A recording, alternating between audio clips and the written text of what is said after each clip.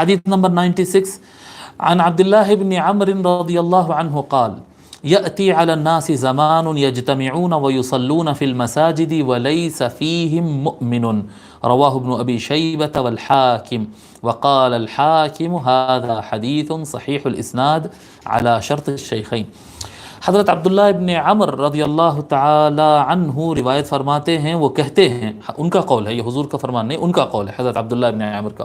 فرماتے ہیں یأتی علی الناس زمان، لوگ پر ایک ایسا وقت بھی آئے گا، یجتمعون، کہ وہ سارے لوگ جمع ہوں گے، وَيُصَلُّونَ فِي الْمَسَاجِدِ، وہ جمع ہوں گے اور مساجد کے اندر نمازیں پڑھیں گے، وَلَيْسَ فِيهِم مُؤْمِنٌ، اور ان میں کوئی بھی ایمان والا نہیں ہوگا.